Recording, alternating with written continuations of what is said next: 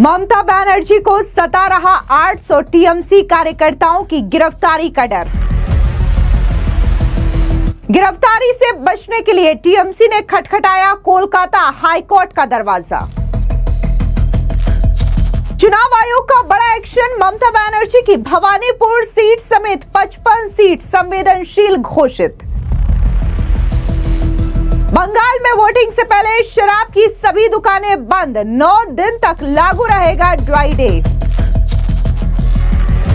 पश्चिम बंगाल में आगामी विधानसभा चुनाव की वोटिंग को लेकर के राजनीतिक माहौल लगातार गर्माता जा रहा है। चुनाव से पहले सुरक्षा, प्रशासनिक कार्रवाई और राजनीतिक आरोप प्रत्यारोप तेज हो गए हैं। इस बीच टीएमसी ने एक बड़ा कानूनी कदम उठाते हुए कोलकाता हाईकोर्ट में याचिका दायर की है। आपको बता दें कि ममता बनर्जी को 800 टीएमसी कार्यकर्ताओं की गिरफ्तारी का डर सता रहा है, जिसकी वजह से टीएमसी ने यह याचिका कोलकाता हाईकोर्ट में दायर की है। बता दें कि इसमें पार्टी के करीब 800 कार्यकर्ताओं की संभावित गिरफ्तारी को लेकर के चिंता जताई गई है। इस मामले की पहली सुनवाई 22 अप्रैल को तय की गई है, जो कि वोटिंग के ठीक एक दिन पहले ही होगी, यानी कि बुधवार को इस मामले की सुनवाई होगी। 23 अप्रैल को पश्चिम बंगाल में पहले चरण की वोटिंग है और उसके ठीक एक दिन पहले कोलकाता हाईकोर्ट में इस मामले की सुनवाई की जाएगी। आपको बता दें कि टीएमसी के कई सारे कार्यकर्ताओं की ऐसी तस्वीरें सामने आ रही है, जहां पर वो न सिर्फ लोगों को धमकाते हुए दिखाई दिए, बल्कि मालदा के हिंसक प्रकरण की बात करें, जहां पर जजों को घेर लिया गया था, तो इस मामले में भी कई सारे टीएमसी के कार्यकर्ताओं के जुड़े होने की खबरें सामने आई थी, जिन्होंने वहां पर लोगों को उकसाने का काम किया था। अब ऐसे में टीएमसी को 800 कार्यकर्ताओं की गिरफ्तारी का डर सता रहा है, जिसकी वजह से अब ममता बनर्जी और टीएमसी ने कोलकाता हाईकोर्ट का रुख किया है।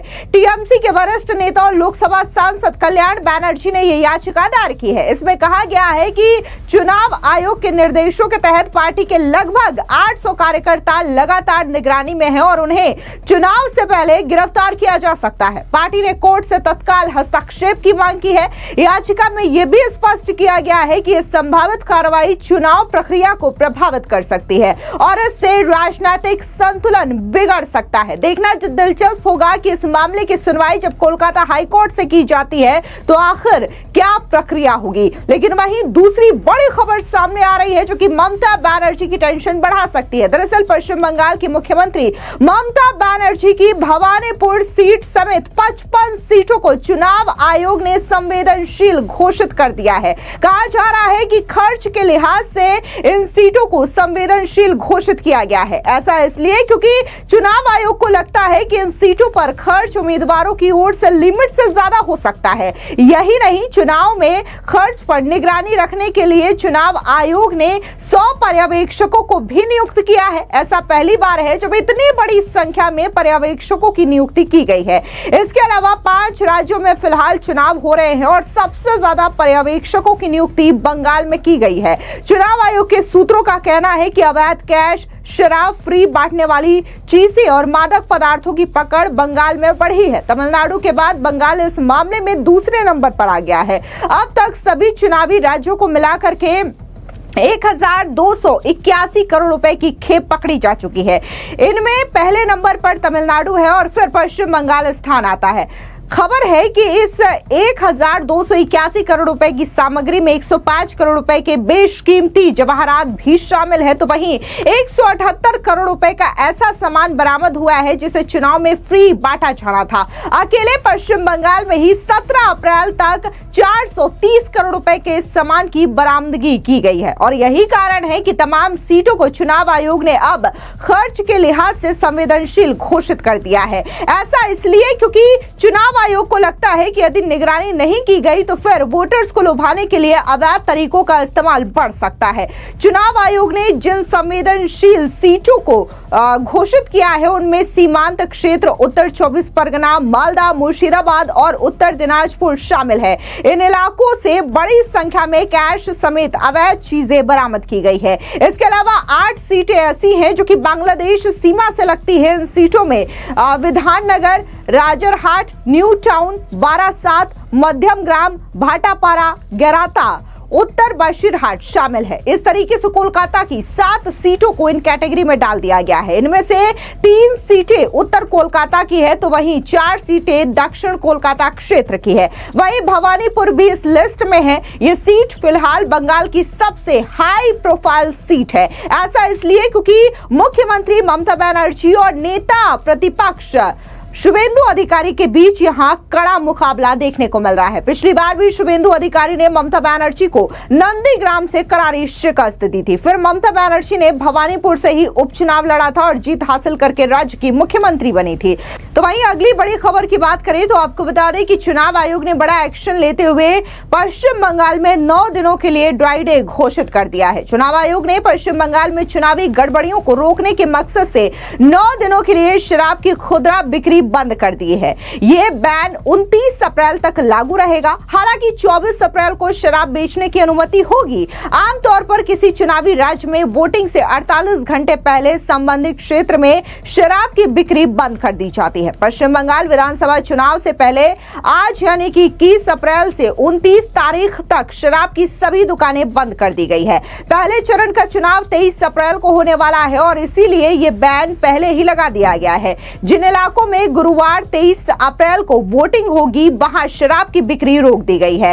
राजधानी कोलकाता और आसपास के जिले उत्तर और दक्षिण 24 परगना में 20 अप्रैल से शराब पर प्रतिबंध लागू हो गया है। यानी कि ये तमाम ऐसे इलाके हैं जहां पर 9 दिनों के लिए ड्राई डे घोषित कर दिया गया है। फिलहाल बीजेपी के तमाम स्टार प्रचारक जो है वो ताबड़तोड़ रैलियां पश्चिम बंगाल में कर रहे हैं और ममता बनर्जी पर करारा हमला बोल रहे हैं। इस बीच पूर्व केंद्रीय मंत्री और बीजेपी की नेता स्मृति ईरानी ने क्या कुछ ममता बनर्जी पर निशाना साधते हुए कहा, सुनिए। It's the BJP which gave our country the first ever female president from the Adivasi community, Srimati Draupadi Murmu. It is the BJP when we requested every political organization that we should unanimously vote for Draupadi Murmu. That is when the TMC as a part of the opposition went against Srimati Draupadi Murmu. It is when Srimati Draupadi Murmu as President of India, when she came to Bengal, the Trinamool Congress not only insulted her, but also did not give her the due constitutional respect that her office deserves. And today it's the Trinamool which is making such allegations. What they have done to the first female president of India from the Adivasi community is available for everybody to see. Ma'am, there also, yesterday we saw PM Narendra Modi saying the Gunda Raj of TMC, it will come to an end. And in reply to this, Abhishek Banerjee is saying the biggest Gundas are there in BJP. It is the Bhaipo who has given threats to the Home Minister of India. So who's the Gunda? Who has threatened the Home Minister of India? Who tried to hold judges hostage in Malda? Is that not Gundagardi? Who has insulted the President of India in Bengal? Is that not Gundagardi? Who has insulted the Prime Minister of India? Who has abused the Prime Minister of India? Is that not a hallmark of political Gundaism? आपको बता दें कि पश्चिम बंगाल में इस बार विधानसभा चुनाव 2 चरण में आयोजित किए जाएंगे। पहले चरण में 152 सीटों पर वोटिंग होगी, जबकि दूसरे चरण में बाकी 142 सीटों पर वोटिंग होगी। दोनों चरणों के चुनाव होने के बाद मतगणना 4 मई को की जाएगी। बता दें कि चुनाव इस बार अभूतपूर्व सुरक्षा व्यवस्था के बीच करवाया जा रहा है। केंद्रीय सशस्त्र पुलिस बल यानी कि CAPF, इसके अलावा IRB और अन्य राज्यों की पुलिस बलों की कुल 2400 से अधिक कंपनियां तैनात की गई है। इसके अलावा राज्य पुलिस और कोलकाता पुलिस भी सुरक्षा व्यवस्था में लगी हुई है। यानी कि चुनाव आयोग ने यह पूरी तरीके से स्पष्ट कर रखा है अपने एक्शन से कि इस बार पश्चिम बंगाल के चुनाव में किसी भी तरीके की हिंसा बर्दाश्त नहीं की जाएगी। फिलहाल इस पूरी खबर को लेकर के आपकी क्या राय है, कमेंट सेक्शन में जरूर बताएं। धन्यवाद।